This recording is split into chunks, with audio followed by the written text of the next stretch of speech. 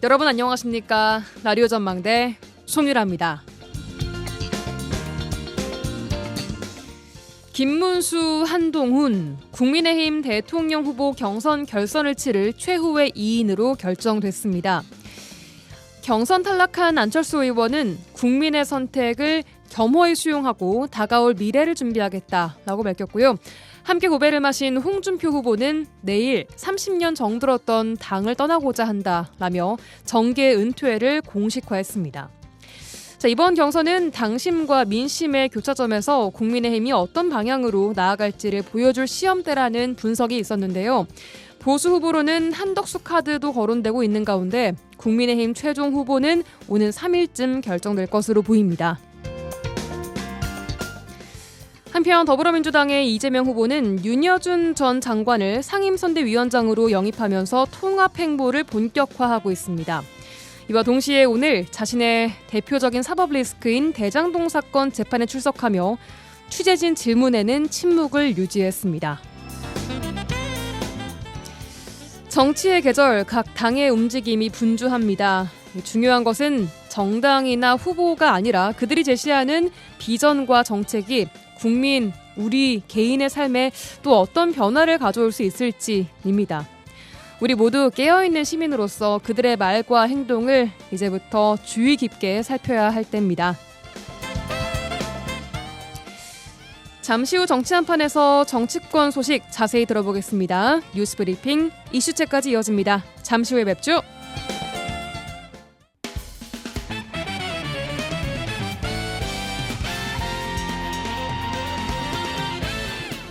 라디오 전망대 4월 29일 화요일 순서 출발합니다. 지역 뉴스부터 정리해보죠.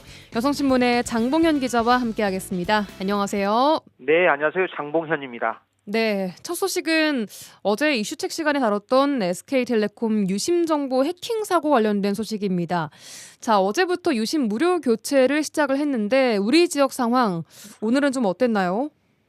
네, SK텔레콤은 최근 해킹 피해를 인정하고 고객 보호를 위해 어제부터 전국 2,600여 곳의 T월드 매장에서 유심 교체를 시작을 했습니다. 예. 그러나 우리 지역에서도 재고 부족으로 시민들이 교체하지 못하고 발길을 돌리는 모습이 많았습니다. 대리점에는 유심 보호 서비스에라도 가입하기 위한 시민들의 발걸음이 계속됐고요. 예. 온라인을 통한 유심 교체 예약도 받고 있지만 신청자가 몰리면서 어제의 경우에 한때 대기 인원이 수십만 명에 달해 접속 장애가 100분, 160분, 심지어는 하루 이상 버티는 그런 장애가 발생하기도 했었거든요. 예. 유심 교체 대상자는 SK텔레콤 가입자 2,300만 명과 SK텔레콤 망을 사용하는 알뜰폰 가입자 187만 명, 모두 2,500만 명 정도로 추정이 되는데요. 예. 우리나라 절반 인구 정도로 생각하시면 되는 거죠. 예. 앞으로도 유심 재고 부족에 따른 혼란은 이어질 것으로 보입니다. 예, 유심 재고량이 턱없이 부족한 상황이라는 점. 자, 문제는 주민등록번호는 물론 주소, 신분증, 사본, 통장 사본 등 이 민감한 정보가 유출된 것으로 지금 추정이 되고 있는데요. 네. 추정된 양이 9기가다 이런 이야기까지 나오고 있습니다.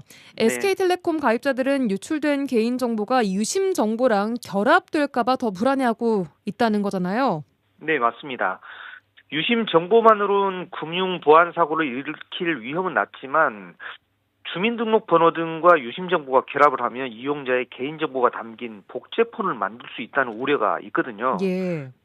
디지털 신분증의 각종 금융 정보까지 스마트폰에 담기는 정보가 많아지는 만큼 정보 유출이 될 가능성이 큰 거죠. 이 때문에 SK텔레콤은 유심 정보를 이용한 부정 금융 거래를 막는 방법이라며 유심 보호 서비스 가입을 독려를 했습니다. 예. 문제는 일반 젊은 사람들 같은 경우야 기다리면서 가입을 할 수는 있겠지만 저 같은 경우도 아직은 가입을 못 했거든요. SKT 쓰세요? 네네네. 그런데 인터넷이나 앱이 서툰 노년층은 답답하기만 할 뿐입니다. 예. 아무튼 정부는 최근 예약제로 전환된 유심 보호 서비스와 관련해서 예약 신청 완료 시점부터 가입된 것으로 간주를 하고 이후 발생하는 피해에 대해서도 100% SK텔레콤이 책임을 적용한다는 방침을 협의를 했다고 밝혔는데요. 아무튼 현재로서는 유심 보호 서비스 가입이 최우선이 아닐까 싶습니다. 예, 정말 많은 분들이 지금 화가 나 하시는 부분 중에 하나가 이 제대로 된 문자 안내 하나 없었다. 그리고 어떻게 하라는 친절하고 명확한 대안 제시가 없었다라는 점이 좀 화가 나는 부분인 것 같습니다. 자, 우선 지금으로서는 유심 보호 서비스에 가입하는 것이 우선이고요. 또 유심을 교체하는 것, 또 지금 당장은 어려우시더라도 얼른 신청을 해서 최대한 빨리 교체하는 것이 도움되겠습니다. 네, 추가로 지금 이런 시기에 스미싱 범죄가 또 기승을 부리고 있다고 합니다. 특히 휴대폰을 껐다 키시라 이런 문자를 받았을 때 절대로 재부팅을 하면 안 된다는 점 다시 한번 꼭 기억하셔야겠습니다. 다음 소식 듣겠습니다. 여수 해상에서 침몰한 제22 서경호 관련 소식인데요. 수색 작업이 어제 끝났다고요? 네, 그렇습니다. 전남도는 실종자 가족들의 간절한 요청에 따라 예비비 10억 원을 긴급 투입해 침몰 해역에서 지난달 23일부터 수색 작업을 실시를 해왔습니다. 예. 수색 작업은 지난 27일까지 총 14차례 잠수사를 투입해서 선체를 수색을 했고요. 심해 잠수사를 투입을 했거든요. 예. 그리고 작업 마지막 날인 27일 오후 5시쯤 기관실 내부 수색을 마지막으로 계약 조건인 5번 선체 내부 수색이 완료됨에 따라 작업을 종료한 겁니다. 서경호는 지난 2월 9일 새벽 여수 거문도 동쪽 20회리 해상에서 침몰을 했는데요. 침몰 당시 승선원 14명 가운데 4명이 구조가 되고 5명이 숨졌습니다. 예. 5명이 실종 상태였으나 수색 작업을 통해 2명의 실종자를 추가로 수습을 했습니다. 지금까지 이 사고로 7명이 숨지고 3명이 실종된 건데요. 전남도는 수색 기간 내내 현지 기상이 좋지 않고 선체 주변을 그물들이 감싸고 있어 수색이 어려움이 많았는데 해경의 수색 종료 후 민간 잠수사를 투입해 2명의 실종자를 추가로 수습할 수 있었는데 전원을 수습을 하지 못해 희생자 가족들에게 유해 말씀을 드린다고 전했습니다. 예, 3명은 실종 상태로 지금 결국 남게 된 거죠. 네, 맞습니다. 예, 알겠습니다. 서경호 선체 수색 작업이 끝났다는 소식 들어봤고요. 마지막 소식입니다. 최근 불거진 이마트 순천점 직장 내 괴롭힘 문제가 드디어 좀 해결될 기미가 보이고 있다고요? 네, 맞습니다. 민주노총 서비스연맹 이마트 산업노조는 중간 관리자인 가해자를 30일 다른 지점으로 발령 내기로 했고 피해자가 점장으로부터 사과를 받았다고 밝혔습니다. 예. 즉 해결 수순은 이제 밟고 있다는 건데요. 또 앞으로 교육을 비롯한 재발 방지 대책을 마련하기로 이마트는 밝혔습니다. 앞서 마트 노조와 지역 시민단체는 지난 11일과 22일 더감동 이마트 앞에서 기자회견을 열고 직장 내 괴롭힘에 대한 해결을 촉구하며 기자회견을 열었었는데요. 예. 주 내용은 중간 관리 직원이 지난해 1월부터 최근까지 1년 단기 계약직 사원에게 고성과 폭언 등을 지속해 왔다고 합니다. 그런데도 사측은 노조가 주장한 직장 내 괴롭힘에 대해 조사를 했는데 무혐의 처리를 하면서 반발이 있었죠. 예. 또 별다른 조사나 분리 조치가 이뤄지지 않아서 지역에서는 상당한 논란이 됐었습니다. 예, 이마트 측의 조치가 나와서 한편으로는 좀 다행이기도 하고 다시는 이런 일이 좀 발생하지 않아야겠습니다. 여기까지 듣겠습니다. 뉴스브리핑 여성신문의 장봉현 기자였습니다. 고맙습니다. 네, 고맙습니다.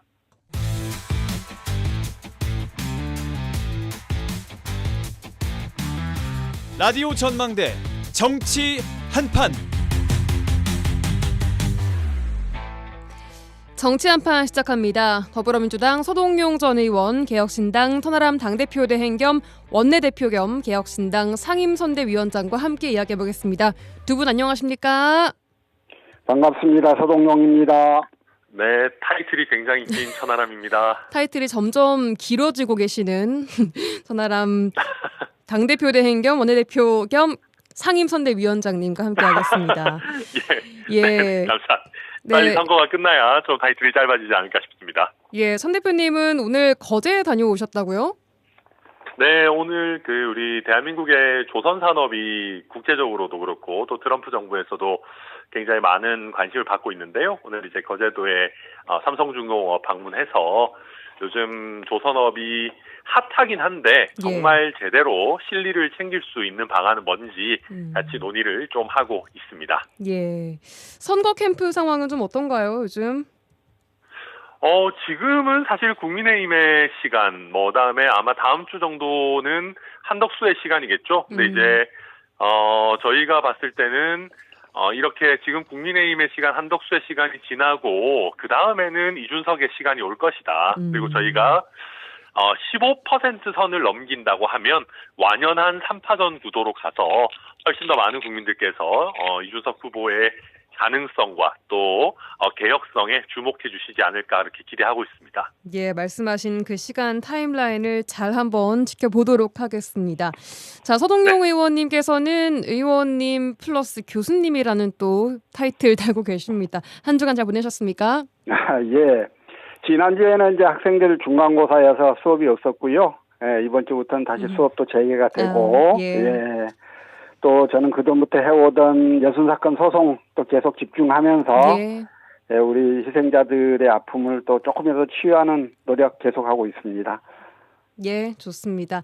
자, 바로 정치 토크 들어가 보도록 하겠습니다. 자, 국민의힘 2차 경선 결과가 지금 아주 핫하지만 먼저 민주당 대선 후보 확정 이야기부터 해보겠습니다. 이재명 전 대표가 89.77%의 기록적인 지지율로 민주당 대선 후보로 확정이 됐습니다. 이 압도적인 승리는 어떤 의미라고 보시나요, 서 의원님?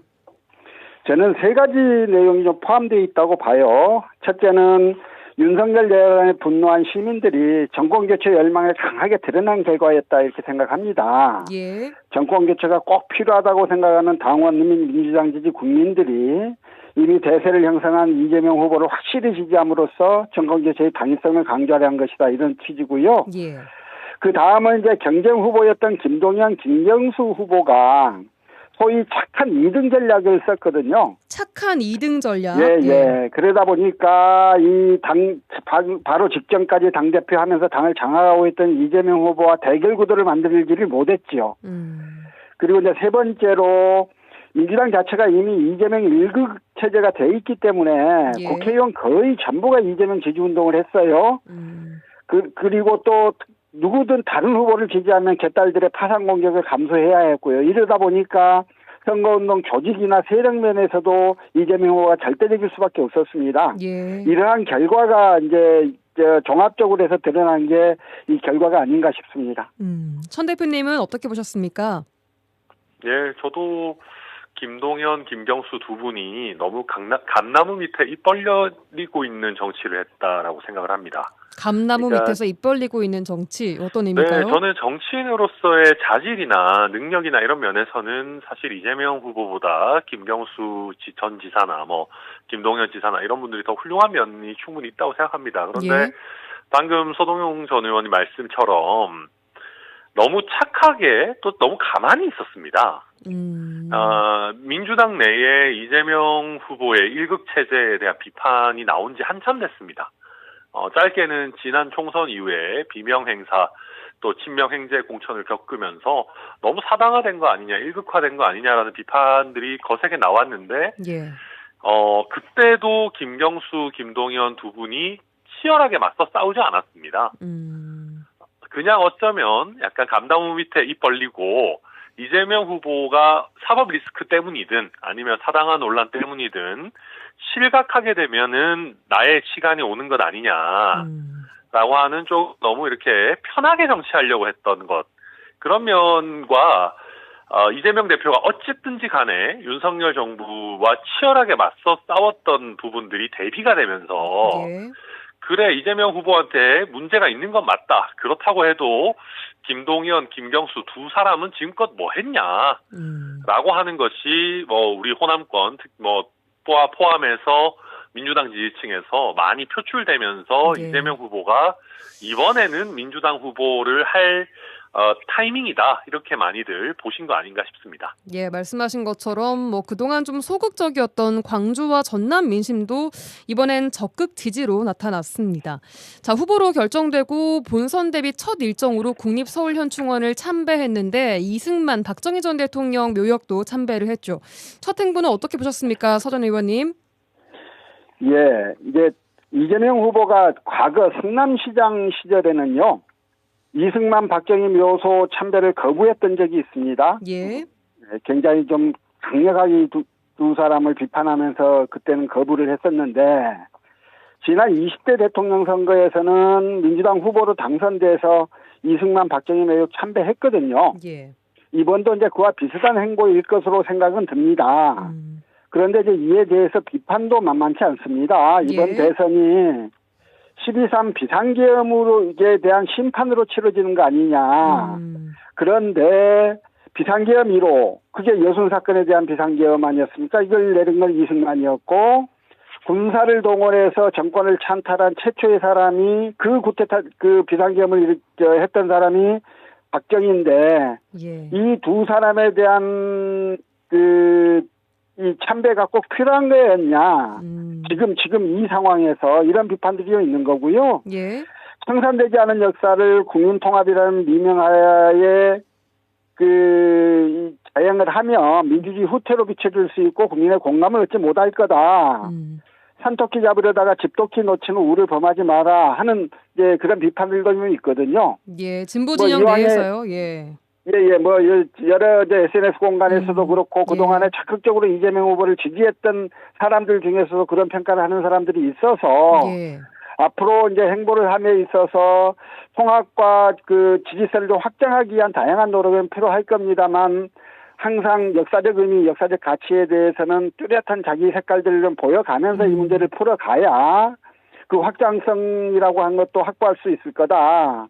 자칫 갈짓자 행보로 간다면 오히려 지지자들이 굉장히 혼란스러울 수 있다. 그런 점들은 좀 말씀을 드리고 싶습니다. 예, 그러니까 뭐 중도층뿐 아니라 보수층까지 끌어오겠다라는 전략으로 보이는데 천 대표님께서는 이런 과감한 행보가 좀 위기감으로 느껴지십니까? 어떠세요? 저는 위기감이라기보다는 이재명 후보가 좀 안정적인 선거운동을 하고 있다고 생각을 합니다. 예. 약간 이제 조금 안정적으로 또 보수 지지층에도 소구할 수 있는 형태로 약간은 침대 축구 비슷하게 하고 있죠. 예전에 이재명 후보 스타일 같으면은 논란이 있더라도 좀 뭔가 더 센 어떤 발언들, 소위 사이다라고 하는 그런 형태로 갔을 것이고, 만약에 그런 형태였다면은 이승만 박정희 전 대통령 묘를 참배하기보다는 내란을 일으킨 대통령 하면서 또 이제 오히려 논란을 만들었을 수 있을 것인데, 예. 지금은 이재명 후보가 본인의 지지율이 어느 정도 잘 나오고 있는 상황이다 보니까 구태여 그렇게 하기보다는 좀 그냥 무난무난하게 가려고 하는 거 아닌가 생각하고, 정치적 의도야 어찌 되었든 예. 저는 과거 전 대통령들에 대해서 차별 없이 나름대로 이렇게 평가하고 또 참배하고 하는 모습은 나름대로 괜찮다 저는 생각합니다. 괜찮은 행보라고 보고 계십니다. 자, 네. 이재명 후보가 본선에서의 그런 변수는 뭐가 남았다고 보십니까, 서 전 의원님? 예, 이제 일단 국민의힘 후보가 아직 확정되지 않았어요. 한덕수 카드가 남아 있어서 예. 이제 본격적으로 본선이 진행이 되면 이제 이재명 후보 입장에서는 큰 문제가 두 가지일 겁니다. 예. 하나는 지금 우리 국민들 속에 엄연히 존재하는 걸로 보이는 반 이재명 정서의 크기가 어느 정도인지 이게 이제 선거를 통해 드러날 텐데요. 예. 그 부분을 얼마만큼 잘 관리하고 가급적 줄여나가면서 또 적극 지지층들의 적극적인 지지도 받아낼 수 있는지, 이제 이 문제가 큰 문제 중에 하나고, 예. 또 하나는 지금 의회에서, 국회에서 절대다수석을 차지하고 있는 정당의 후보가 대통령직까지 맡게 되는 것에 대한 국민적 우려, 이 견제와 균형이 상실될 거라고 하는 이 우려들을 어떻게 해소시킬 것인가, 이 두 가지 측면을 어떻게 풀어가느냐에 따라서 이제 본선 과정에서는 좀 선거의 방향들이 결정될 수도 있다고 생각을 합니다. 예, 두 번째 요소는 천 대표님께서도 꾸준히 말씀을 해주셨던 부분입니다. 자, 변수 뭐라고 보세요? 이재명 후보의 변수, 천 대표님? 한 두어 가지 정도 될 것 같습니다. 저도 첫째로는 정권 교체를 바라는 국민들의 지지를 온전하게 가져갈 것인가. 그게 첫 번째입니다. 그러니까 지금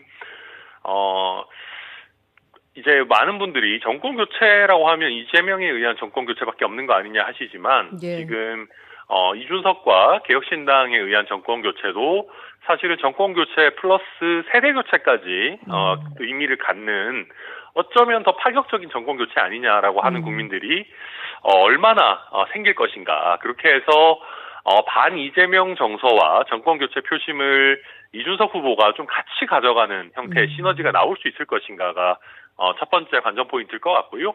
예. 그 다음에는 이재명 후보가 토론을 잘한다라고 하는 일각의 평가도 있지만 TV 토론을 하는 과정에서 굉장히 많은 구설수나 논란 또 감점 요인들도 기존에 만들어 왔었습니다. 그래서 TV 토론 국면을 잘 버티고 방어해낼 수 있겠는가, 그게 또 하나의 관전 포인트일 것이다, 그렇게 생각합니다. 예, 알겠습니다. 잠깐 광고 듣고 와서 이어가겠습니다.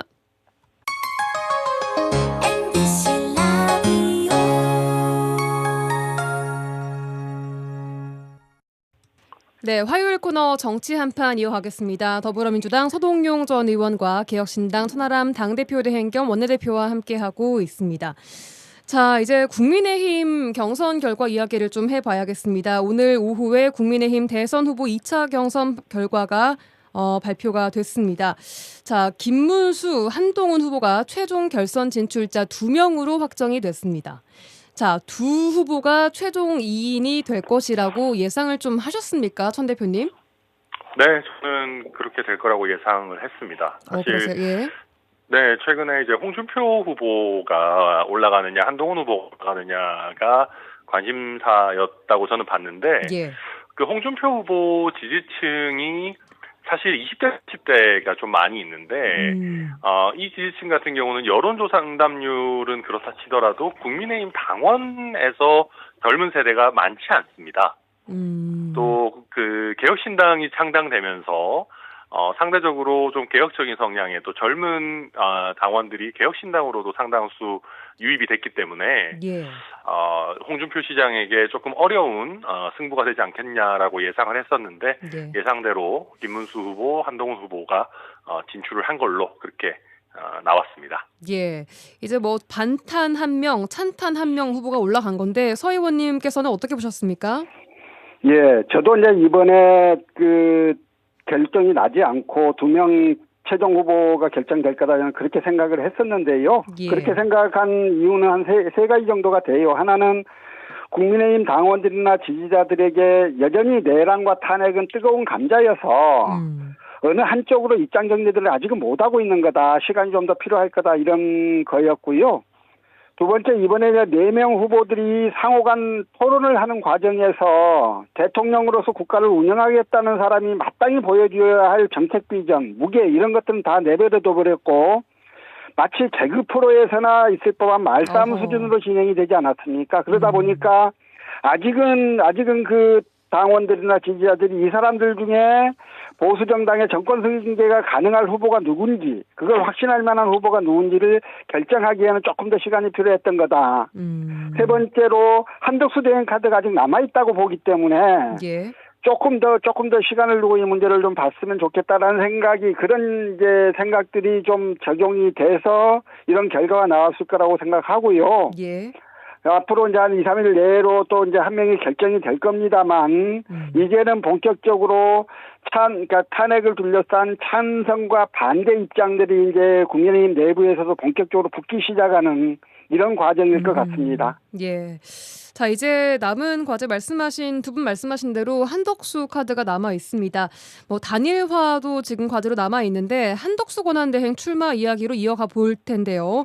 자, 한덕수 대통령 권한대행 국무총리가 대선 출마를 위해 조만간 대행직을 사퇴할 것이다, 이런 얘기 들리고 있습니다. 한대행 비서실장은 이미 사표를 낸 상황. 어떻게 보고 계십니까, 천하람 대표님? 출마할 겁니다. 저는 한덕수 권한대행이 화려한 엘리트 공무원의 삶을 어설픈 정치 시도로 과연 망가뜨릴 것인가. 조금이라도 생각이 있는 분이라면 그렇게 안 하겠지라고 기대를 했는데, 원래 안 할 거라고 예상을 하셨잖아요, 그 전에는. 네, 근데 최근에 이제 그 비서실장이나 뭐 이렇게 쭉 사퇴하고 또 원희룡 전 장관이 뒤에서 이제 좀 작업을 하고 있다, 이런 얘기들이 뭐 거의 뭐 통설처럼 뭐 거의 확인이 되고 있습니다. 그 여의도에서는. 그렇기 때문에 출마는 당연히 할 걸로 보여지고요. 그러나 네. 처참한 실패로 끝날 것이다, 그렇게 예상합니다. 실패라고 함은? 우선 국민의힘 후보가 되는 것부터도 쉽지 않습니다. 지금은 김문수 후보가 마치 뭐 김문덕수 뭐 이런 식으로 김문수가 되고 한덕수와 단일화를 흔쾌히 할 것처럼 하지만 지금 이번에 어쨌든 4강, 2강을 걸쳐서 이기게 되는 과정, 김문수 후보가 이기게 된다면 그렇게 결코 쉬운 과정이 아니거든요. 예.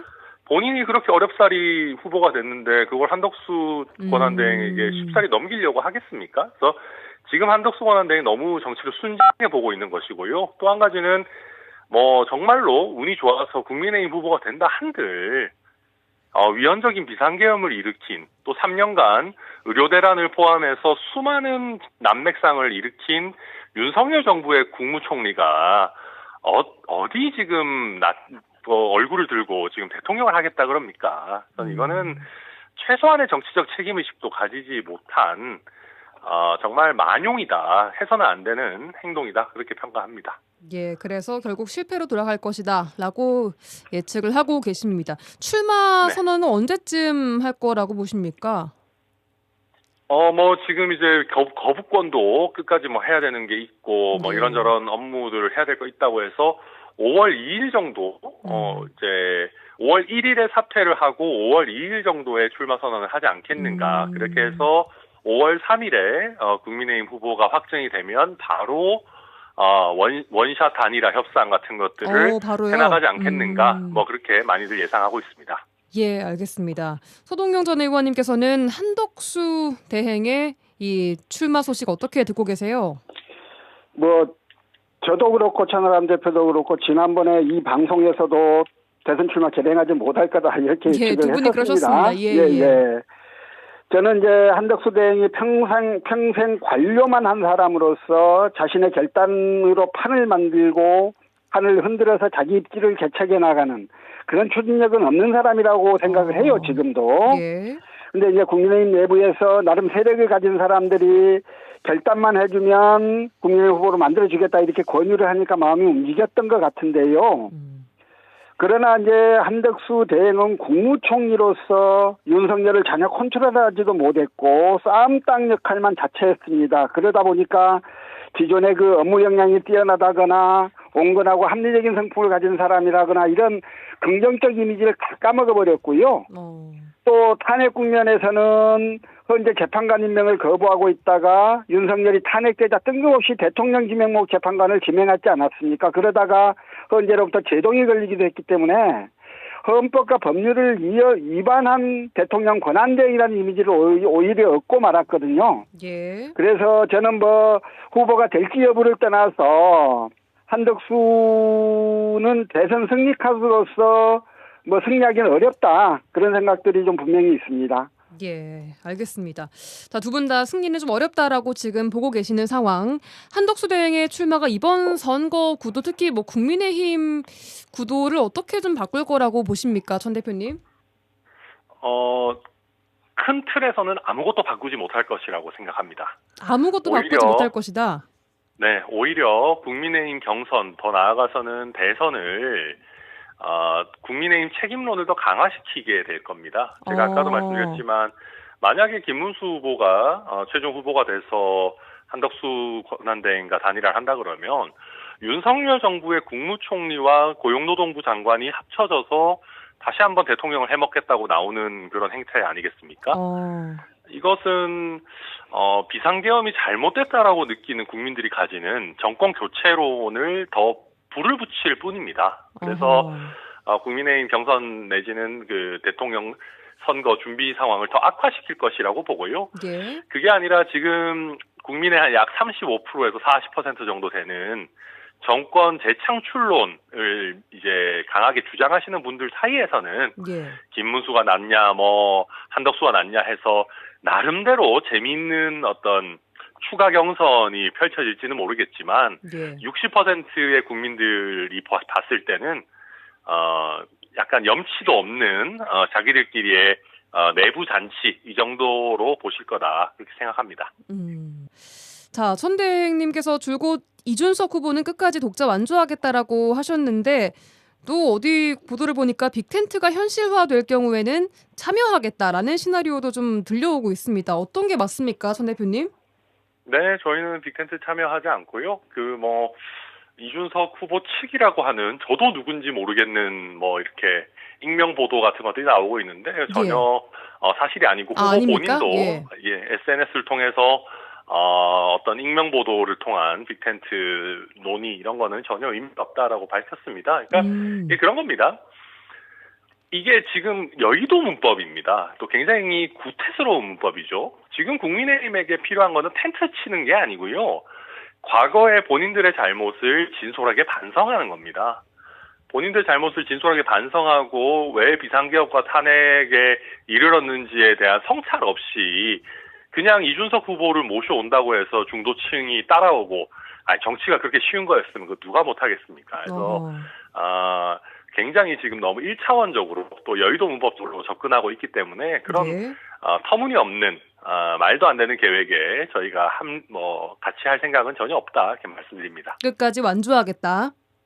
그럼요. 예, 그러면 이준석, 이재명 그리고 국민의힘의 최종 1인이 이제 3자 구도가 될 것이다라고 보시는 건가요? 네, 그렇게 보고 있습니다.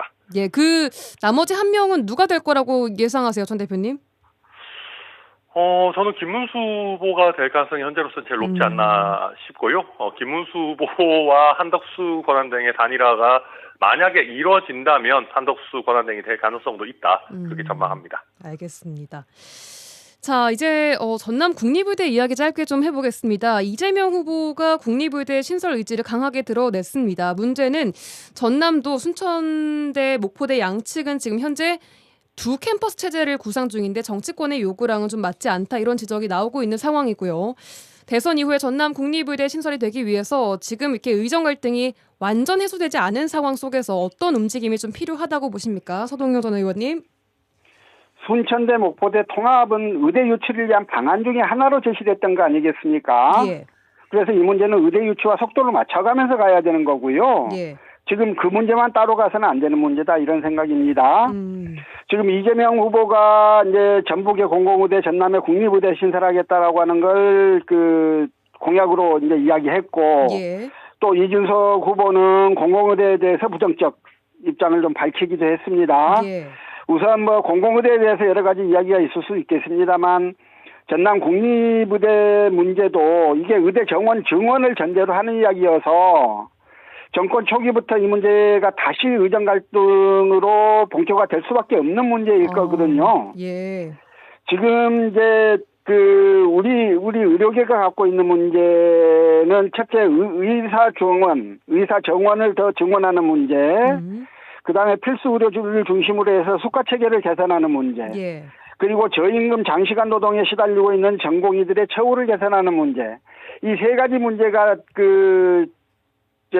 거론되고 있습니다. 이 세 가지 문제가 다 있는 거여서 예.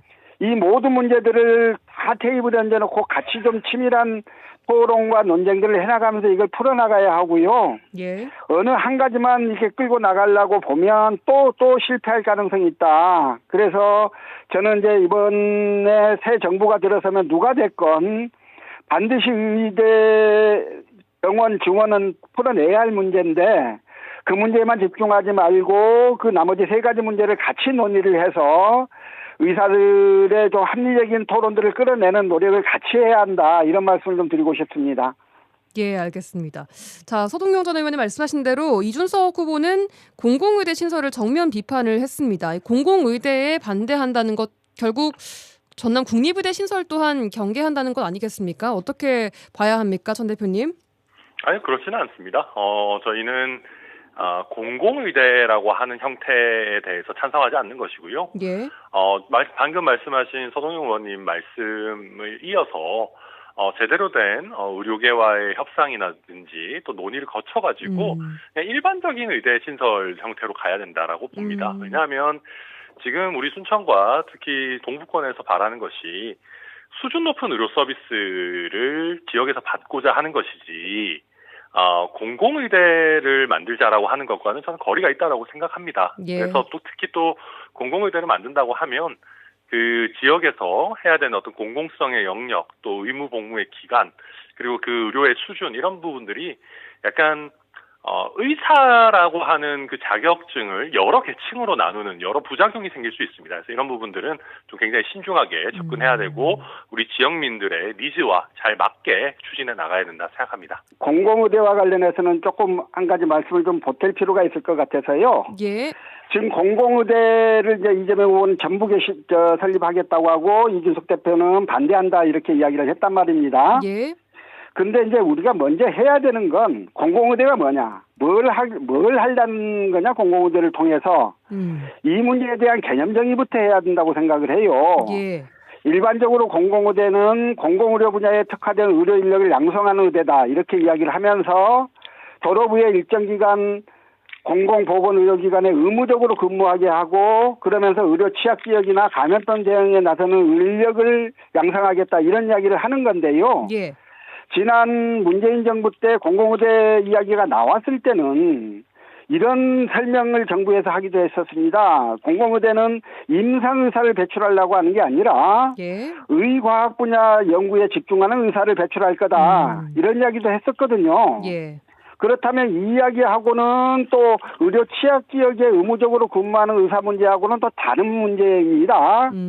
그래서 지금 여러 가지 개념을 담고 있는 공공의대라고 하는 말을 개념 정의, 그걸 통해서 뭘 할 건가를 정하지 않은 상태에서 찬반만 논하고 있기 때문에 논의가 진척이 좀 잘 안 된다고 저는 생각을 해서요. 예. 우선은 공공의대에 대한 개념 정의부터 분명히 하고 예. 이 문제에 대해서 좀 출발을 해야 된다 이런 말씀을 좀 드리고 싶습니다. 예, 알겠습니다. 여기까지 듣겠습니다. 정치 한판 더불어민주당 소동용 전 의원, 개혁신당 천하람 당대표 대행 겸 원내대표 두 분과 함께했습니다. 고맙습니다. 수고하셨습니다. 네, 감사합니다.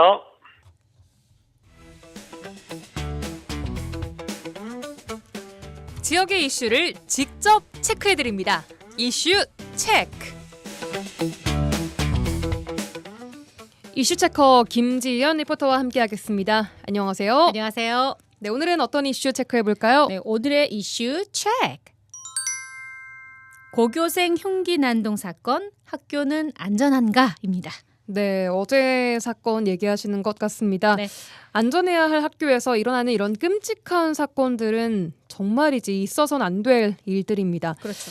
그래도 짚어봐야 할 문제인데요. 현재 정황이 좀 드러난 상황이라고요. 네, 그렇습니다. 이 충북 청주의 한 고등학교에서 일어난 일입니다. 고교생이 학교에서 흉기를 휘둘러서 교장, 환경실무사 등 이 학교 관계자들과 학교 밖에서 또 시민, 본인을 포함해서 7명을 다치게 한 사건입니다. 다행히 생명에 지장이 있지는 않고요. 네, 예. 그렇습니다. 하지만 이 미리 흉기를 준비했다. 그리고 또 누군가를 해코지하려고 계획한 정황이 드러난 상태입니다. 네, 경찰은 특수교육 대상자인 이 학생이 학교와 생활 전반에 걸친 어떤 상대적인 박탈감도 있었고 더불어서 분노 조절 장애가 겹쳐지면서 범행으로 이어졌다라고 파악했고요. 경찰 조사에서 이 학생은 학교 생활이 힘들어서 꾹꾹 참다가 폭발했다 이렇게 진술한 것으로 알려졌습니다. 네, 뭐 상담을 받다가 이렇게 됐다고 하더라고요. 네. 이 학생에게 살인 미수가 적용된다고요. 네, 경찰은 학교와 학교 밖에서 이 흉기를 이용해 난동을 부린 혐의, 또 살인 미수 혐의로 구속 영장을 신청한다 이렇게 오늘 밝혔고요. 범행에 사용됐던 흉기는 얼마든지 학생들이 휴대할 수 있는 문구용 칼이었지만 예. 전날 집에 있던 흉기 몇 점을 가방에 넣어서 준비했던 부분이 있었습니다. 그리고 다음날 학교에서 마주치는 사람에게 해코지한 뒤에 또 스스로 목숨을 끊을 계획이었던 그런 메모들도 드러나면서 경찰은 계획 범죄로 보고 있습니다. 현재 휴대전화와 노트북 등을 포렌식해서 범행 준비 과정을 조사할 방침입니다. 네, 학교 밖에서 주민들에게 추가적으로 위해를 가하기도 했고 본인은 학교 인근 공원 저수지에 뛰어들었다가 구조가 됐다고요. 네, 그 이동 상황에 따라서 짚어보자면 어제 아침이었습니다. 8시 33분쯤 이 특수학급 상담 교실에서 교사하고 상담을 하다가 이 교사를 폭력하면서 또 이 교사가 이제 교실 밖으로 피신했을 거 아니에요. 예. 그 뒤를 따라서 흉기를 들고 복도로 나오게 됩니다. 예. 처음 난동 시작한 게 이제 교무실 앞이었다고 해요. 그 제지하려고 했던 교장 그리고 또 교직원들이 중상을 입게 된 이유고요. 학교를 이제 빠져나온 후에도 거리에서 시민에게도 흉기를 휘둘렀고 또 도주 과정에서 다른 시민을 다치게 한 혐의도 있습니다. 또 그 불특정 다수를 다치게 하고 또 특수 공간인 학교에서 범행이 이루어졌기 때문에 이런 점들이 구속 영장을 신청한 이유라고 합니다. 예, 파악된 바로는 동선 안에 유치원도 있었다고 들었습니다. 네. 정말 큰 피해가 발생할 수도 있었을 것 같은데 난동을 부린 이유가 아까 말씀하신 대로 학교 생활이 힘들어서 꾹꾹 참다가 폭발을 했다라고 이야기를 하고 있는 상황입니다. 그리고 이 학생이 특수교육 대상자였다라는 부분도 지금 부각이 되고 있죠. 네, 해당 학생이 지난해 특수교육 대상자로 입학해서 특수학급에 배치됐었는데요. 올해 2월부터 완전 통합 재배치 차원에서 일반 학급에서 공부했습니다. 그러니까 학교마다 특수학급이 있는데 네. 이 특수학급에 배치가 됐다가 올해 2월부터는 일반 학급으로 옮겼다고요. 네, 완전 통합 재배치 차원으로 일반 학급에서도 공부하고 이제 그 소속된 거는 특수학급이지만 일반 학급에서도 함께 공부가 이루어지는 상황이고요. 예. 이렇게 상담이나 뭐 특수교육 서비스를 함께 받아온 상태라고 합니다. 상황이고요. 초등학교 과정부터 이 학생이 특수교육 대상자로 분류되면서 관련 치료를 계속해서 받아왔는데 장애 등급, 경계성이기 때문에 장애 등급까지는 받지 않은 상태였고요. 이렇게 좀 뉴스를 접한 학생들하고도 좀 이야기를 나눠봤거든요. 근데 이 특수교육에 대한 그런 다양한 의견들까지 이야기를 들려주더라고요. 실장님 말대다. 그 학생이 힘들다고 남한테 피해를 주는 거니까 이건 잘못됐죠. 도움을 요청해야 되는데 실제로 제 주위에 있는 아이들 중에 몇 명이 저렇게 되면 어떡하지?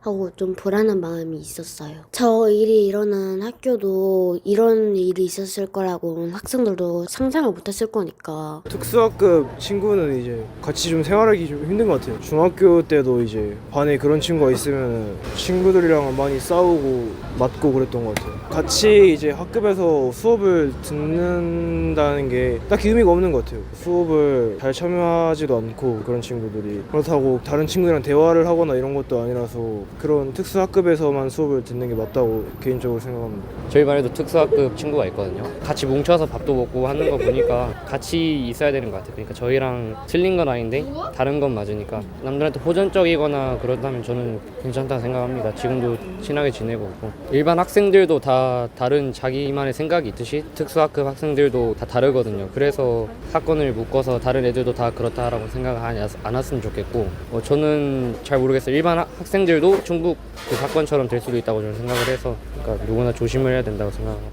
네, 우리 지역의 중학생, 고등학생들의 이야기를 들어봤습니다. 네. 들어보니까 특수학급 학생을 좀 분리해서 교육을 해야 한다 혹은 일반화하기에는 좀 성급하다, 다 그런 건 아니다. 이런 좀 다양한 의견들이 나왔습니다. 네.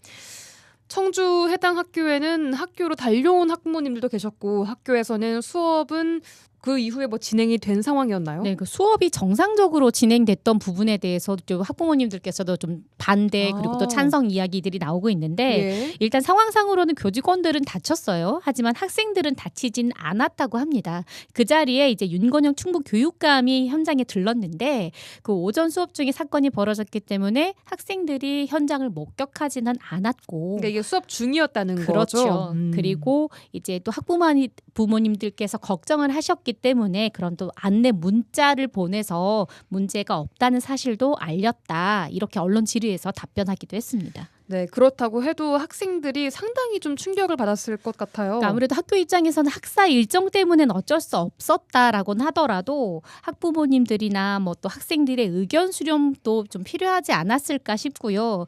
또 이 여수 시민분들에게 또 이 부분을 여쭤봤거든요. 그랬더니 이 소식을 들은 시민 한 분은 이 학생들의 마음을 더 들여다봐야지 그 사후 처리가 더 중요하지 않겠느냐라는 이야기를 해주시더라고요. 시민들 의견 들어보시죠. 일반 애들은 항상 공부 속에 어떻게 살겠어요. 학부모들은 더 그러죠. 그걸 봤잖아요. 평생 그게 남는 거죠. 그거는 이제 상담 선생님이 와서 이래서 사회에 이래서 일부라 그렇게 이야기를 하면서 애들을 해야지. 그 순간 애기들이 공부를 한다고 공부가 되겠습니까? 그런 것부터 고쳐야죠. 그러니까. 심리적인 문제가 굉장히 크다는 거예요. 그것들을 먼저 회복해 주는 게 가장 중요해요. 그러면 이 아이가 치료를 받을 수 있는 곳에서 먼저 회복을 하고 난 다음에 다시 지능검사를 받고 다시 정상화가 됐으면 이 아이한테 맞는 그런 시설이나 학교가 있으면 좋지만 아직 그런 학교가 없잖아요. 이런 친구들의 정서하고 심리적인 문제에 맞춤 서비스가 되어 있는 그런 복지 학교가 있었으면 좋겠어요. 저는 이게 제일 가장 큰 문제는 청소년 친구이기 때문에 낙인이에요. 낙인. 공부도 중요하지만 사실 마음을 들여다보는 요즘 같은 세상에 마음을 더 들여다봐야 한다라는 이야기를 해주셨고 이제 이렇게 문제 학생이 이제 불거졌을 경우에는 남는 건 이제 낙인밖에 남지 않고 마지막에 해주신 네, 말씀처럼 범죄까지 갈 수 있기 때문에 오히려 마음을 더 쓰다듬는 그런 게 더 필요하지 않나라는 이야기인 것 같습니다. 예, 교육 단체에서도 제도적인 지원이나 안전 대책을 마련하라 이런 대책을 촉구하고 있죠. 네, 교사 노동조합 연맹에서도 입장을 냈습니다. 폭력에 대한 대책은 학교에 상주하는 학교 구성원 전체를 대상으로 해야 한다 이렇게 밝혔고요. 또 이렇게 반면에 특수교육이나 특수교육 대상에 관한 편견이 확산될 것을 우려하고 있어요.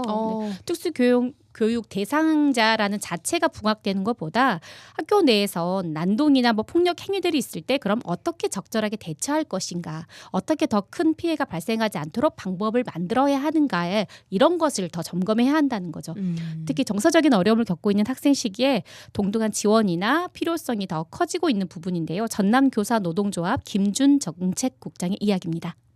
특수학급 대상자 또는 장애를 가지고 있다는 이유로 이게 범죄가 발생했다라기보다는 모든 학생이 동일하게 어떤 문제 행동이 있는 학생이라거나 또는 정서적으로 어려움을 겪고 있는 학생에게 동등하게 지원이 가야 되는 부분이 있는데 그것이 마치 우리 아이를 낙인 찍는다라는 맥락으로 생각하시다 보니까 그런 지원들을 거부하시게 되고 제대로 된 심리적 정서적 지원을 받지 못하고 방치되는 부분에 있어서 사건이 발생할 수밖에 없었다. 그리고 특수교사는 부모의 요구가 아니면 사실 어떻게 하기 어려운 부분이 있거든요. 관계 법령이 있어야 된다라는 게 이제 저희 입장입니다. 갈수록 경쟁 교육에 내몰리는 상황 속에서 전체 학생들의 마음 건강에 대해서 다시 한번 우리가 정책적으로 잘 보살피고 있는지를 살펴봐야 된다고 생각을 하거든요.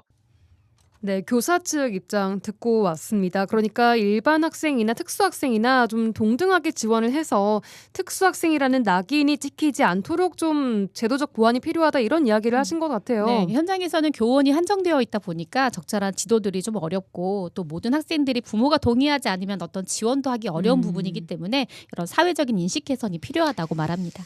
예, 이렇게 학교 내에서 사건, 사고가 끊이지 않는다는 건 좀 심각한 문제입니다. 학교 구성원 전체 안전은 학생뿐 아니라 교직원들까지 모두가 함께 고려돼야 할 부분일 텐데 말이죠. 세심한 제도 개선이 필요하지 않나 싶습니다. 김지연 리포터 수고하셨습니다. 고맙습니다. 라디오 전망대가 4월 29일 화요일에 준비한 내용은 여기까지입니다. 내일 돌아오겠습니다. 구성 이선화, 연출 송유라였습니다. 고맙습니다.